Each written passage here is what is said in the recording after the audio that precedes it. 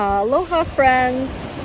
I have been eating keto for over 26 years. In March, it will be 27 years.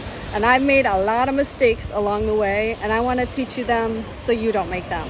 But before we get started, my name is Maria Emmerich. I'm a nutritionist who specializes in the keto and carnivore lifestyle.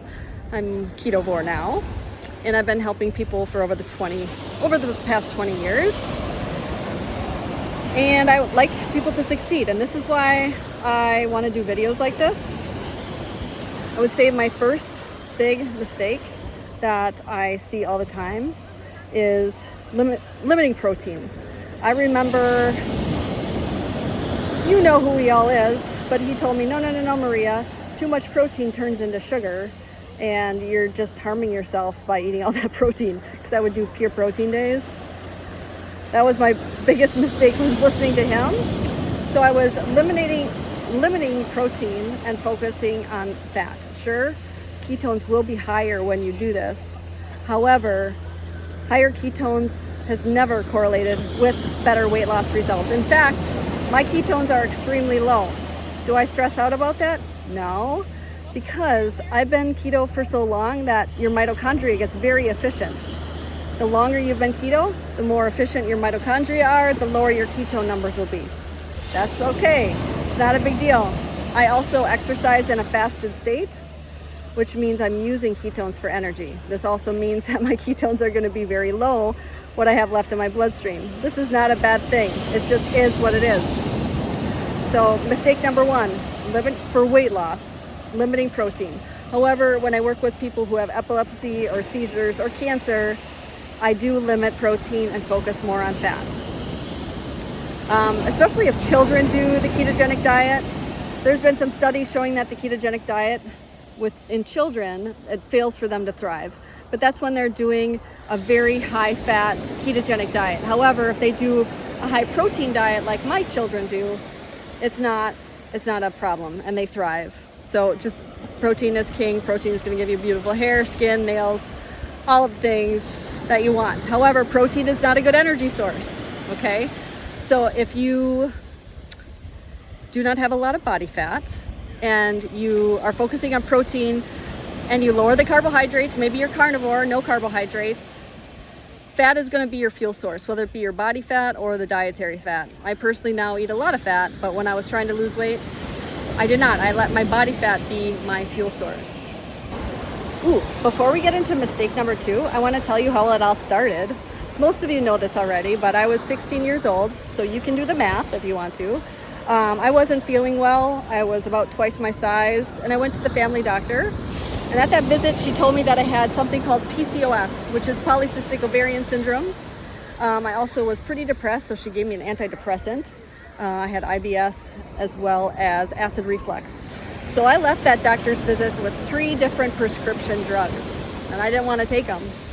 There wasn't the internet back then, but I quickly found out, you do any research you want, I found out that what causes PCOS, because being told you couldn't have your own children at 16 is mind-blowing. It's kind of scary. And what causes PCOS? Very clear: excess caffeine, sugar, and carbohydrates. And at the time, I worked at a coffee shop called Uncommon Ground in Medford, Wisconsin. I loved working there. So before I'd go to school, I would go to the coffee shop and I'd make the scones and the muffins and the cinnamon rolls. And then when school was finished, I would go back to the coffee shop and we would close about 5 p.m. And whatever didn't sell, I got to go home with. So you think I'm lying, but I would make extra cinnamon rolls just so I would have dinner. You ever watch Seinfeld where they were eating the muffin tops? Yep. I was just eating all the muffin tops because I had like boxes filled with muffins some days. I love those days, all the options, but that's why I was sick, and I had to eliminate those, but I didn't want to eat chicken breast and broccoli, and I still don't.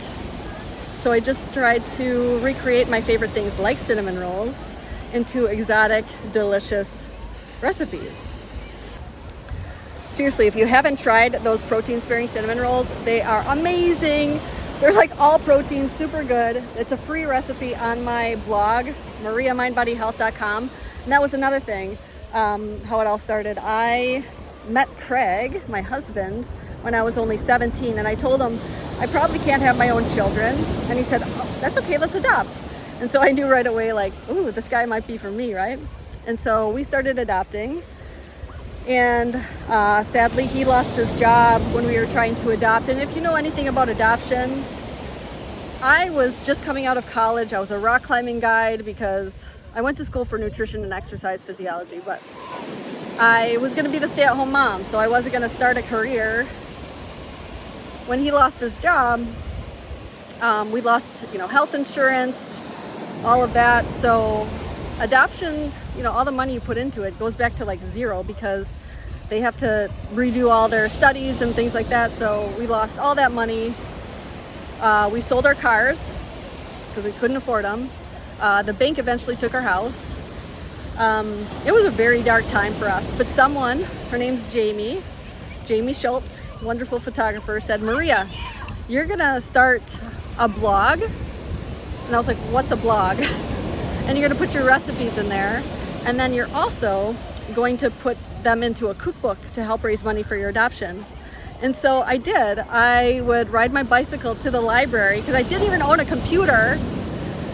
And I started writing a cookbook, and I also wrote a nutrition book then too. But it gave me a reason to wake up. I didn't think anybody'd read them, but it gave me a reason to wake up, a goal. It made me happy to see like the little blog comments every day come in and liking the recipes. Gosh, that was so long ago. But I'm really grateful for those hard times because I still live simply. I still don't have a car because I don't like to be in a car, and it never made me happy. So you just realize like where true happiness comes from when you are in those hardships. And I want to just say thank you all for your support and helping make my adoption possible, because it couldn't have happened without you. It really couldn't have. So thank you from the bottom of our heart. My kids thank you every day too.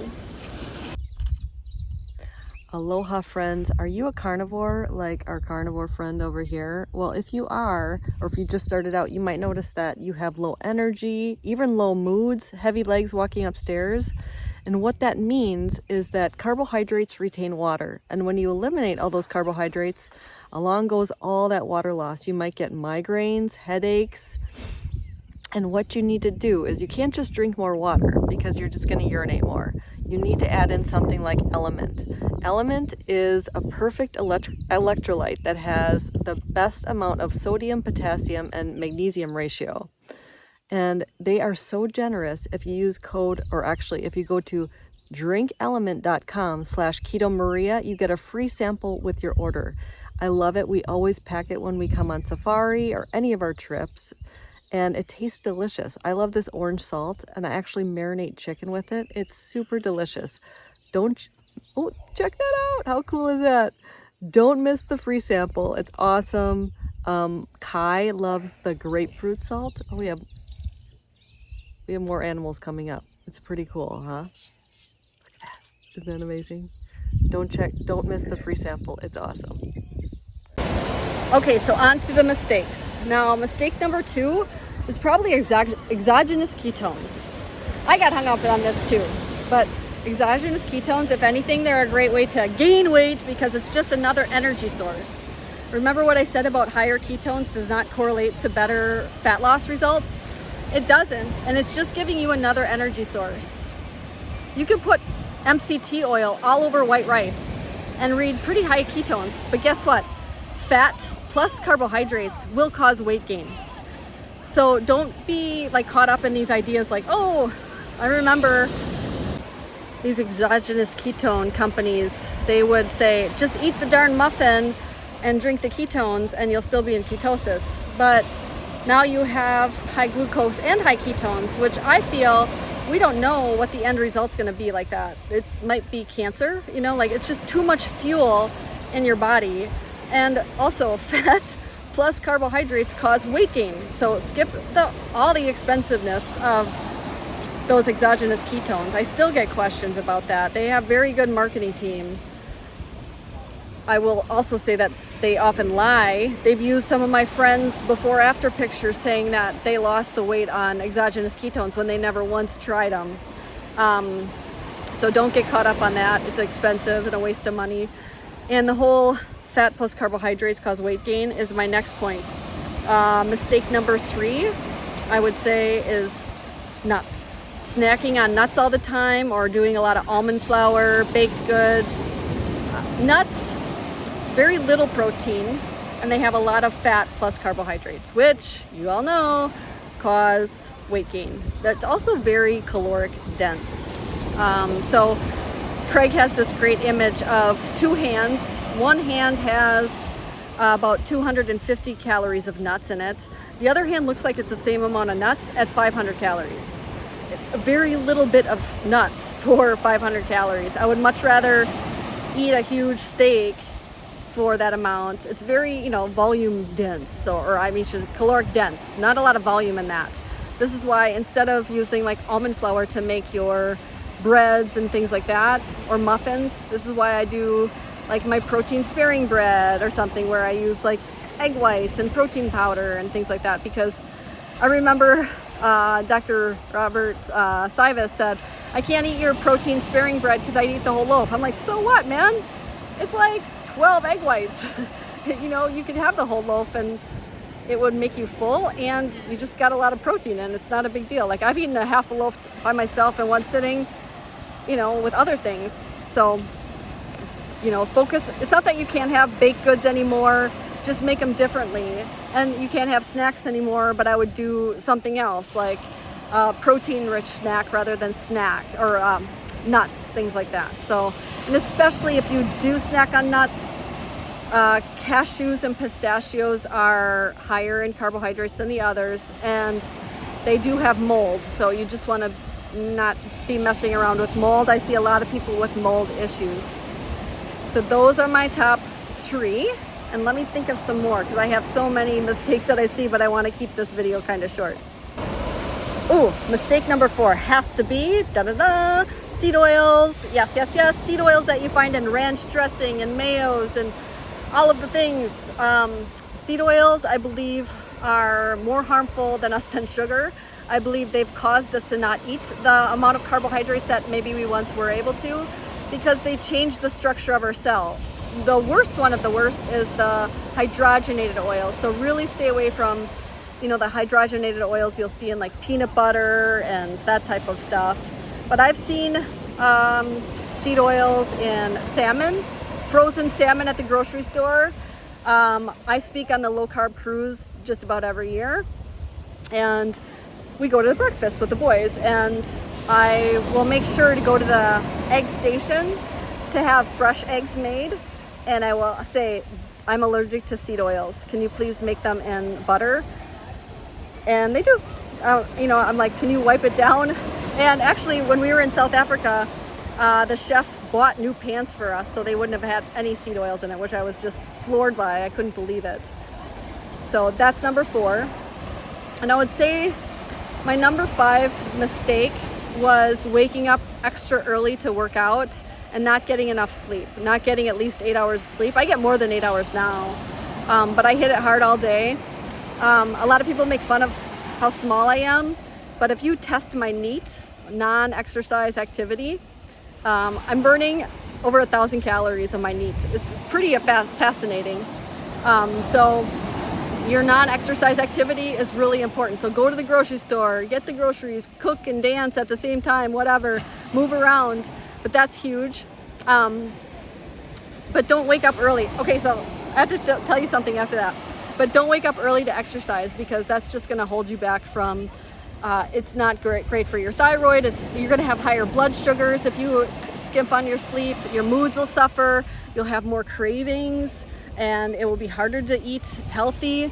But no, man, if I get like a poor night of sleep, if we go to a wedding or a party, I am like a bottomless pit the next day. Like, your hunger hormone doesn't kick in.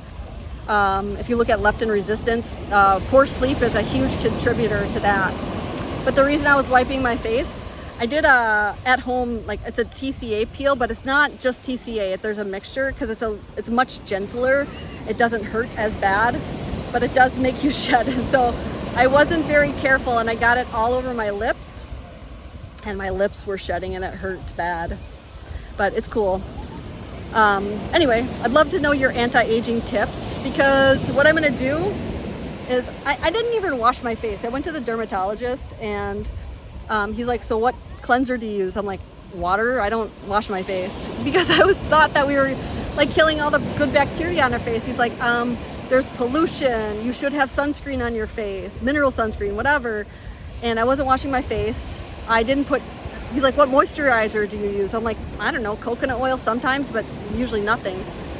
And so here I am getting old, and I'm trying to reverse the aging thing. And so, you know, everybody's asking what I'm doing to my skin, because it's working a lot. And I do red light, I use tretinoin, I am doing some lasers, and I'm actually gonna go to Korea on my way to Thailand, and I'm gonna do some lasers there because it's like a fourth of the price.